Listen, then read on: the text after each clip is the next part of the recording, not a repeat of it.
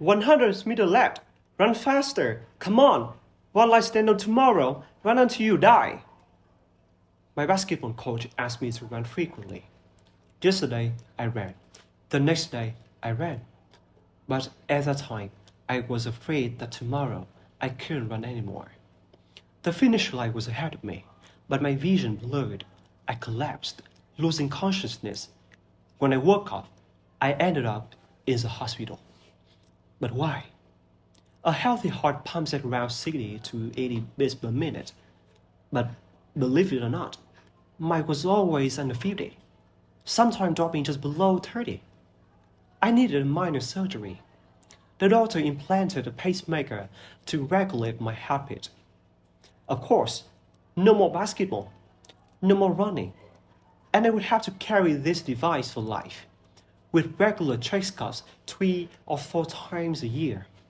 Ahead of me was a lifetime of physical restriction, scars, and the fear of being judged. No words can describe how I felt. That disease was such a punch in my gut. I was falling apart. A storm of thoughts rushed through my head. How I am supposed to live without basketball? It's part of who I am. How could I cope with the stares when people see the scar on my body? Also, I had to undergo surgery once every 13 years to replace the pacemaker battery. All of them scared me to death. I really want to break that chain around my neck. But everything happened for a reason.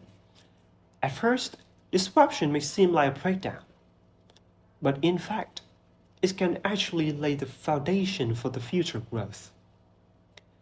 In the hospital, I met numerous people, and these interactions was wake-up calls for me. They challenged my earlier thoughts, like, why me? Why do I suffer from heart disease? Why my friends out at the gym flaunting their bodies, and I'm here hiding mine out of insecurity? But one thing actually transformed my views. I observed an elderly patient. He was around 70 years old and bedridden. Every time we saw him, he seemed lifeless. He was constantly on the edge of exhaustion, fighting every single night just to breathe. One night, while every patient was sleeping, he kept coughing and gasping for breath. The doctors came in and put him on a ventilator, fighting to snatch him from the hands of death. It hit me how fortunate and selfish I was. I reacted to my problem by losing sleep over silly things like hitting the gym or playing basketball, and pinning all the blame on my fate. Meanwhile, to other people, it's the matter of life and death. I began to realize that life is too short and erratic. Yesterday I was running. Today, I'm confined to a hospital bed. So here's what I found enlightening. What erodes a person's spirit doesn't come from the outside.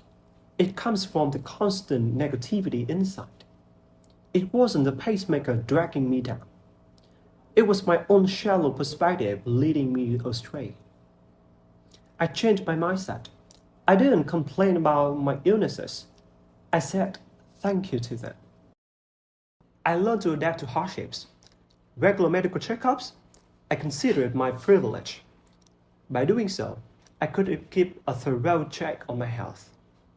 I work out very hard, so people will notice my stamina instead of the scar. Every challenge in life is